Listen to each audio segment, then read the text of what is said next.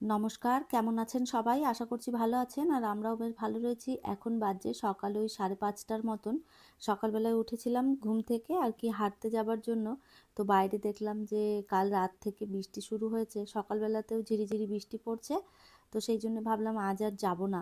তো এখানে দাঁড়িয়েই ওই দেখছিলাম বাইরের ওয়েদারটা। ভীষণ ভালো লাগছিল। বাইরের ওয়েদারটা এত সুন্দর লাগছে দেখতে, কি বলবো আপনাদের। সকালবেলাটায় একদম চারদিকে শান্ত পরিবেশ, এত ভালো লাগে কি বলবো। তো যাই হোক, এখানে দাঁড়িয়ে দাঁড়িয়ে না অনেকক্ষণ সময় কাটিয়েছি। তারপরে ভাবলাম যে যাই নিজের টুকটাক কাজগুলো করে ফেলি। আর আজকে যেহেতু হাঁটতে বেরোইনি, সেই জন্য ঘরে বসেই একটুখানি এক্সারসাইজ করে নিয়েছিলাম। তারপরে ফ্রেশ হয়ে এখন এই যে ঘরের কাজে হাত দেব। আর দেখতেই পাচ্ছেন একদম সোফাটার অবস্থা যাচ্ছে তাই করে রেখেছে বিবেক। কাল রাতের বেলায় এখানে বসে বসে গ্রাফটিং করেছে। কাগজ কেটে কেটে চারোদিকে সেই এটা সেটা বানিয়েছে। আর সমস্তটাই এই যে সোফার উপরে ফেলে রেখেছে। তো আমি না আর সকালবেলাতেই ভাবলাম গোছাবো, রাতের বেলা আর এগুলো গুছিয়ে রাখিনি। তো এখন এই যে এগুলো এখন ঝাড়াঝাড়ি মোছামুছি করে দেবো। আর এখন বাজে ওই প্রায় সকাল 7টা মতন। দিদি ওই 8:30-8টার দিকে আর কি চলে আসবে। তো তার আগে ভাবলাম এগুলো সমস্তটা ঝেড়ে পুছে একদম পরিষ্কার করে দিই। আমি সারাদিন ঘর গুছিয়ে রাখি, এটা সত্যি কথাই, কিন্তু ঘর গোছানো একদমই থাকে না। দেখতেই পান ছোট বাচ্চা থাকলে ঘরের অবস্থা এরকমটাই হয়। যতই গুছিয়ে রাখি না কেন, ওই কিছুক্ষণ ভালো থাকে, তারপরে আবার যেই কার সেই। তো যাই হোক, এগুলো একটুখানি ভালো করে চারদিকে ঝেড়ে দিলাম। এমনিতেও বিবেক নোংরা করে, তারপরে উপর থেকে এই যে সাইডে বিল্ডিংয়ের কাজ হচ্ছে ওখান থেকে তো ধুলো আসতে থাকে, সেটা তো রয়েইছে। আর এই যে সুন্দরভাবে একদম ঝেড়ে পুছে সোফাটাকে পরিষ্কার করে দিলাম। আর দেখুন এইভাবে গুছিয়ে রাখলে দেখতে কত ভালো লাগে। কিন্তু এভাবে এই বেশিক্ষণ থাকবে না, একটু পরেই দেখবেন বিবেক এসে কী অবস্থা করে। আর যেহেতু কাগজগুলো চারদিকে এই যে ফেলে রেখেছে টুকরো টুকরো, ওই জন্য আমি ভাবলাম এগুলো একটুখানি ঝাড়ু মেরে একটা সাইড করে রাখি, নাহলে ওই পায়ে পায়ে এদিক সেদিক হতে থাকবে। তো এরপরে এই যে আমি ফার্নিচারগুলো একটুখানি মুছে নেব। প্রথমে এই দিকটা দিয়ে শুরু করছি। প্রথমেই ওই টিভিটা একটু মুছে নিচ্ছি। টিভিটা না ওই থেকে থেকে ধুলো পড়ে পড়ে দাগ হয়ে যায়। প্রত্যেক দিন একটুখানি মুছে দিলে ভালো হয়, তবে এখন আর সেরকম না, ডাস্টিং করার সময় পাই না। সকালবেলায় এত চাপ থাকে, বিবেকের স্কুল খুলে গেছে, ওকে নিয়েই সকালবেলাটা অর্ধেক চলে যায়। তারপরে সকালের ব্রেকফাস্ট, দুপুরের রান্না, এই সমস্ত করতে করতে স্নান পুজো এগুলো করতে করতে কখন যে সময় পেরিয়ে যাচ্ছে, মানে একদম সময় পাচ্ছি না বললেই চলে। আর ওই জন্য না এখন আর ওই প্রত্যেক দিন মোছাটা হয় না। যখন সময় পাই তখন আর কি মুছে নিই। একা হাতে চারদিকে আর কত কাজ করব বলুন তো। একটার পর একটা কাজ লেগেই থাকে। তো সারাদিন সংসারের পেছনেই আমার সময় চলে যায়। অন্য কোনো এক্সট্রা কাজ তো আমি করতেই পারি না। কেননা ওই ঘরের কাজগুলো গোছাতে গোছাতেই দেখি যে কখন যে সকাল থেকে সন্ধে হয়ে যায় বুঝতে পারি না। তো যাই হোক, ওইদিকে টিভিটা ভালো করে মুছে নিয়েছি আর এই টি টেবিলটা এরপরে মুছে নিচ্ছি। আর সারাদিনে এই টি টেবিলটা যে কতবার আমাকে মুছতে হয় তার ঠিক নেই। কেননা এখানে বসে বসেই খাওয়া দাওয়া আমরা করি, তো এটা ওই জন্যই বারবার মোছা হয়। আর সত্যি কথা বলতে যে ওই ডাইনিংয়ে বসে না খুব একটা খাওয়া হয় না। বিবেক তো কখনো ডাইনিংয়ে খেতে যায় না, কেননা ও ডাইনিংয়ে বসলেও টিভি দেখতে অসুবিধে হয়। ওই জন্য ও ওই টি টেবিলটার ওপরেই খায়। আমি যখন একা থাকি তখন আমিও এই টি টেবিলটার ওপরেই খাই। বিবেকের বাবা বাড়িতে এলে তখন আমরা ডাইনিংয়ে বসে খাওয়া দাওয়া করি, আর নাহলে আমাদের না এই টি টেবিলটাই এখন ডাইনিং টেবিল হয়ে গেছে বলতে পারেন। আর এই তো পুরো ডাইনিং রুমটা একদম গুছিয়ে ফেলেছি, সমস্ত মুছে নিয়েছি। আর একদম টিপটপ করে গুছিয়েও দিয়েছি। দিদি এসে এখন শুধু ঝাড়ু মেরে মুছে দিলেই আমার ঘর একদম পরিপাটি হয়ে থাকবে আর কি। তো সকালবেলায় এই কাজগুলো করে দিতে পারলে না বেশ ভালো, ঘরটা ফ্রেশ লাগে। তো যাই হোক, চলুন এরপরে রুমের দিকে যাওয়া যাক।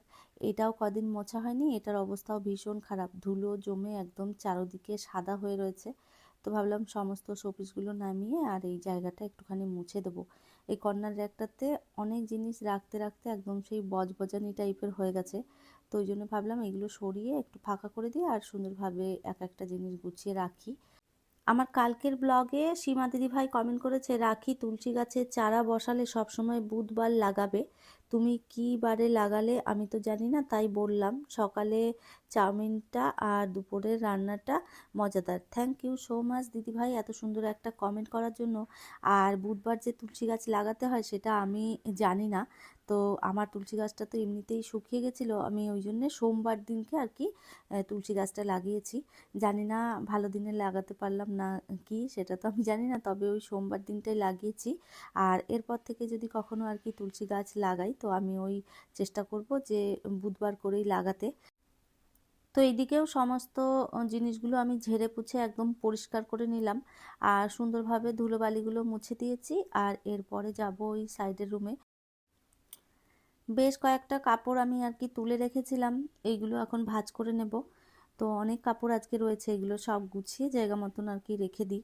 কাপড় চোপড় এইদিক সেদিক ছড়িয়ে থাকলে না একদম ভালো লাগে না। আর আজকের ভয়েসটা দিয়েছিলাম আমি সকালবেলায়, সেই জন্যে প্রচুর আওয়াজ আসছে হয়তো বাইরে থেকে, আপনারা একটুখানি মানিয়ে নেবেন।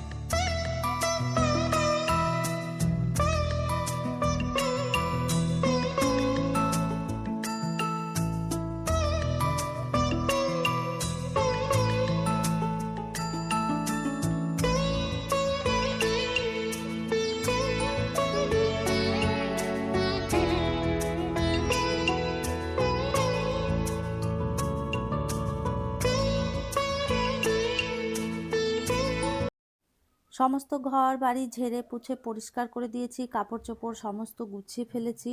আর কাজের দিদি এসেও কাজ করে দিয়ে চলে গেছে।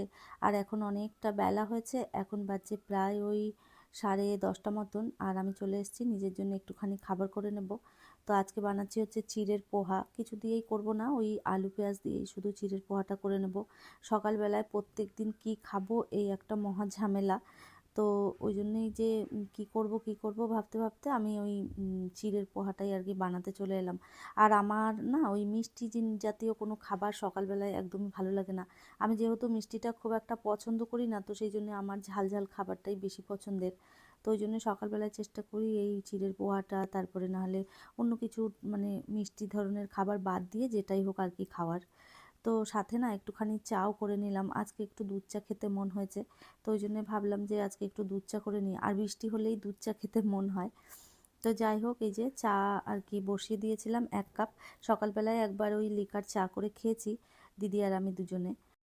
আর এখন আরও একবার ওই দুধ চা করে নিলাম। আর ওই যে চিড়ের পোহা না শুধু শুধু খেতে খুব একটা ভালো লাগে না, ডিম সিদ্ধ আর নাহলে একটু চা বা একটুখানি লস্যি টস্যি হলেও ভালো হয় খেতে। তো ওই জন্য যাই হোক চাটাই করে নিলাম, আজ আর ডিমও সিদ্ধ করিনি।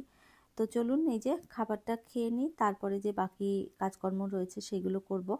আজকে যাব আমি আমার মায়ের ওখানে, দুপুরবেলায় ওখানেই খাওয়া দাওয়া করব। তো চলুন খেয়ে বেরিয়ে পড়ব। আজ আমার বাপের বাড়ির এখানে রয়েছে শীতলা পুজো। তো ওই শীতলা পুজোতে তো এমনিতেই রান্নাবান্না বন্ধ থাকে, মায়ের বাড়িতে আজকে সেই আর কি পান্তা ভাত হবে। তো ওই আগের দিন রাত্রেবেলায় রান্না করে রাখে আর তারপরে আর কি পরের দিন খাওয়া হয়।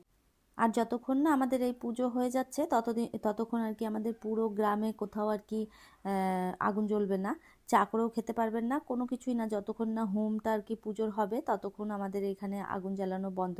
ওই জন্য সবাই আগের দিন রান্না করে রাখে, আর পরের দিন একদম মানে যতক্ষণ না পুজো হচ্ছে ততক্ষণ কারোর বাড়িতেই আর উনুন জ্বলে না।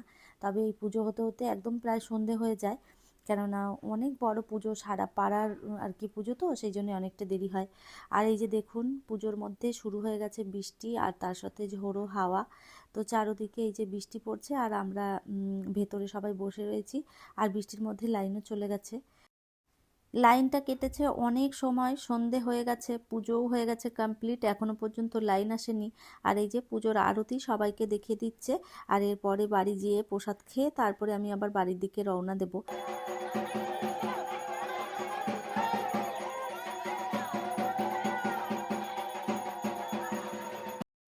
আর দেখেছেন কি সুন্দর ঢাকের আওয়াজ, একদম সেই দুর্গাপূজার মতন মনে হচ্ছে।